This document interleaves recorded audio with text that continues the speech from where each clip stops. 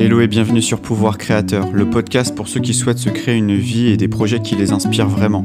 Je m'appelle Jean-Luc et je partage toutes les semaines mes réflexions et prises de conscience sur l'entrepreneuriat, le développement personnel et la spiritualité pour t'aider à prendre du recul sur ta vie et tes projets.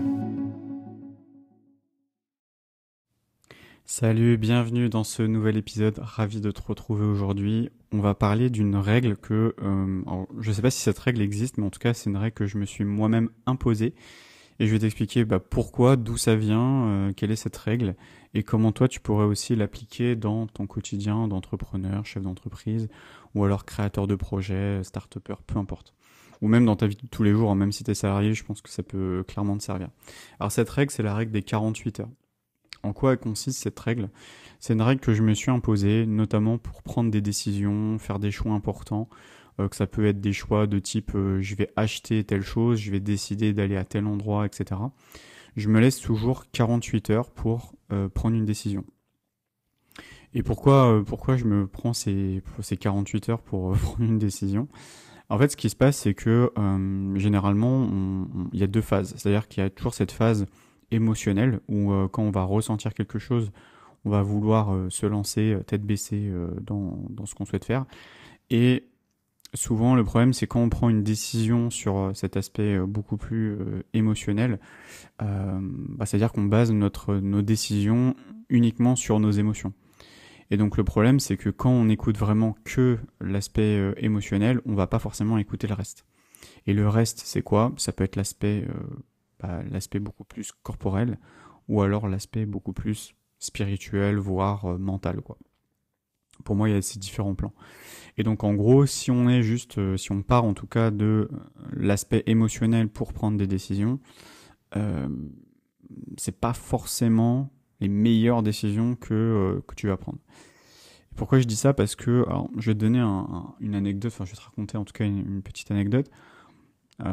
Si aujourd'hui t'as jamais été sur les marchés financiers, je t'invite à le faire. C'est-à-dire à te prendre 500 euros, 1000 euros, alors peut-être pas autant, mais en tout cas l'argent que tu es prêt à perdre, parce que c'est sûr que tu vas le perdre, et te dire, tiens, je vais investir 500 euros, et tu vas voir un petit peu comment ça se passe au niveau émotionnel. Parce que, en gros, quand j'ai commencé à aller sur les marchés, donc à faire du trading, je me suis vu en tout cas agir et prendre mes décisions uniquement sur mes émotions. Et c'est le pire truc que... En fait, tout l'argent que j'ai perdu vient de cet aspect purement émotionnel. Je faisais mes choix uniquement au niveau des émotions. Et quand je me suis imposé cette règle des 48 heures, je me suis vraiment rendu compte que mes choix étaient meilleurs. J'avais plus de clarté mentale sur mes décisions. Et que attendre quelques jours, quelques heures, ou en tout cas pour moi c'est 48 heures, repousser à 48 heures une prise de décision, c'est toujours positif. C'est-à-dire que soit on est sur l'aspect émotionnel, il y a un événement extérieur et on réagit à l'événement, donc on est dans la réaction émotionnelle, soit on ne réagit pas et on se dit « Ok, il se passe ça, il y a eu ci, il y a eu ça, ok. » Mais du coup, je ne vais pas réagir. C'est-à-dire, on n'est pas dans la réaction, on est plus dans l'action consciente, de dire je vais aller par ici, je vais aller par là, mais du coup, on n'est pas du tout dans cette réaction émotionnelle immédiate. Et en fait, il y a beaucoup de nos réactions qui sont basées uniquement sur nos émotions. Et donc, en soi, c'est de sortir de ça, de sortir de ce schéma un petit peu automatique, parce que souvent c'est là où on a nos automatismes, c'est sur ce côté vraiment émotionnel, où on est tout le temps, si par exemple tu as certaines habitudes bien ancrées, souvent c'est au niveau émotionnel, tu vas aller vouloir rechercher de la dopamine, parce qu'il y a ce truc très émotionnel qui est présent en tout cas. Et donc, et ça marche aussi au niveau, par exemple, si tu dois faire des achats. Donc si par exemple tu dois acheter des biens, des services, si tu dois acheter sur Amazon par exemple, tu peux te rendre compte qu'il y a des choses que tu vas acheter qui au final c'était pas vraiment si important que ça d'acheter ce truc-là. Et donc c'est pour ça que je t'invite en tout cas à reconsidérer les choses, à te dire, ok, tiens, t'as vu une publicité sur, j'en sais rien, tel produit, et que t'as envie de l'acheter maintenant, bah laisse-toi 48 heures. Toujours. Laisse-toi 48 heures. C'est, ah, vas-y, ah, trop bien, il y a le nouveau truc, machin, ah, nouvelle formation, bidule, ah, non. 48 heures. Tu dis, ok, 48 heures, et tu poses, juste pendant 48 heures, tu vas te poser des questions, tu vas dire, tiens, est-ce que ça vaut le coup? Est-ce que c'est dans mon objectif actuellement? Est-ce que c'est cohérent par rapport à là où je veux aller? Est-ce que vraiment c'est indispensable? Est-ce que j'ai le temps de suivre cette formation? Est-ce que ça va vraiment m'être utile? Est-ce que j'en ai vraiment besoin? Voilà. Et en fait, se laisser ce temps, et ben en fait, ça va toujours t'amener des décisions qui sont meilleures pour toi. C'est pour ça, moi, j'appelle ça la règle des 48 heures.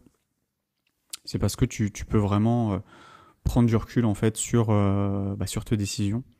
Et au lieu de te lancer tête baissée, moi, ce que je t'invite, c'est par exemple, si tu souhaites prendre une décision, tu le notes, tu vas le prendre, voilà, tu vas prendre une note sur ton téléphone ou sur un cahier, et tu vas dire voilà les décisions que je veux prendre. Par exemple, tiens, je veux arrêter de fumer, tiens, je veux faire ci, tiens, je veux faire ça, tiens, je veux me mettre au sport, tiens, machin. Et donc tu notes ça, et tu te dis ok, je vais attendre 48 heures. Alors peut-être que j'ai pris les mauvais exemples, arrêter le fumer et le sport c'est quand même un peu différent, mais c'est plus genre si tu dois prendre une décision où tu as une réaction émotionnelle. Voilà, c'est pour moi c'est vraiment ça. C'est par exemple, je sais pas, tu t'embrouilles avec quelqu'un, plutôt que de lui dire, comment dire, réagir émotionnellement, tu vas pas réagir. Tu vas dire, ok, là je suis énervé, ok, et tu dis à la personne, écoute, on s'en reparle plus tard. Voilà, quand on laisse la vague émotionnelle passer, et quand je serai plus dans cet aspect émotionnel, réaction émotionnelle, on en reparle à ce moment-là.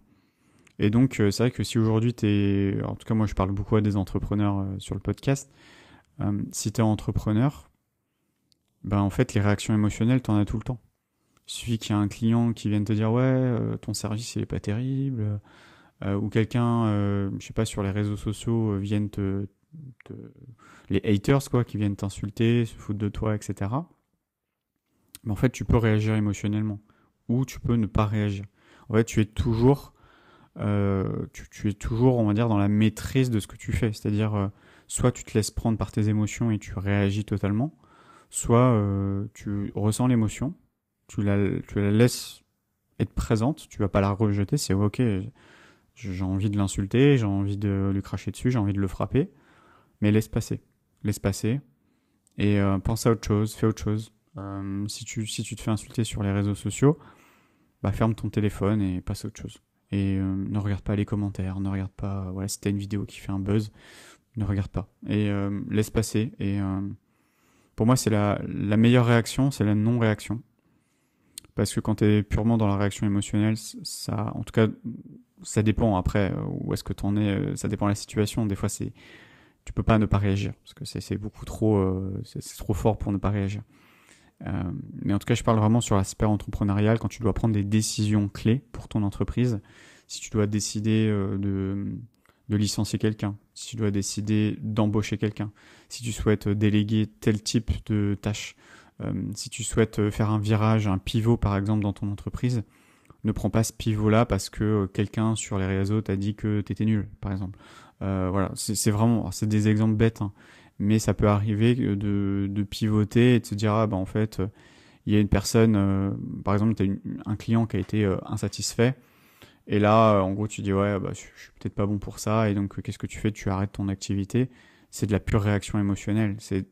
Ne prends pas tes décisions en tout cas sur le coup de l'émotion. Donc c'est pour ça que je t'invite vraiment à avoir cette règle des 48 heures.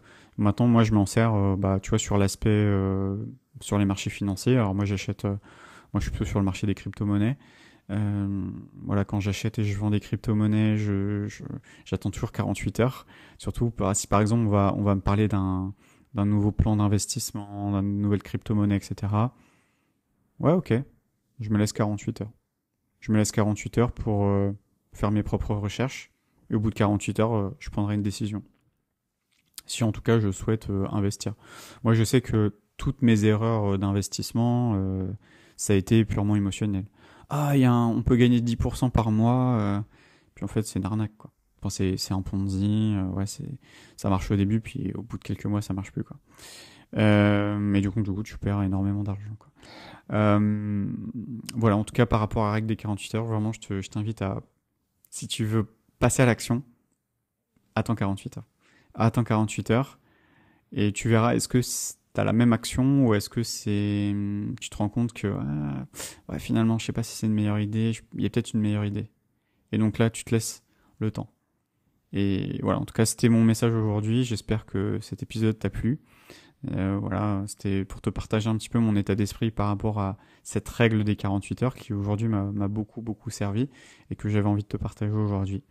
Voilà, je te dis à très vite pour un prochain épisode. Ciao, ciao. Merci d'avoir écouté cet épisode, j'espère qu'il t'a plu. N'hésite pas à mettre 5 étoiles sur Apple Podcast ou Spotify, ça ne coûte rien, ça te prend que quelques secondes pour soutenir mon travail, le podcast ainsi que tous les autres épisodes. Je te souhaite une belle journée. Ciao, ciao.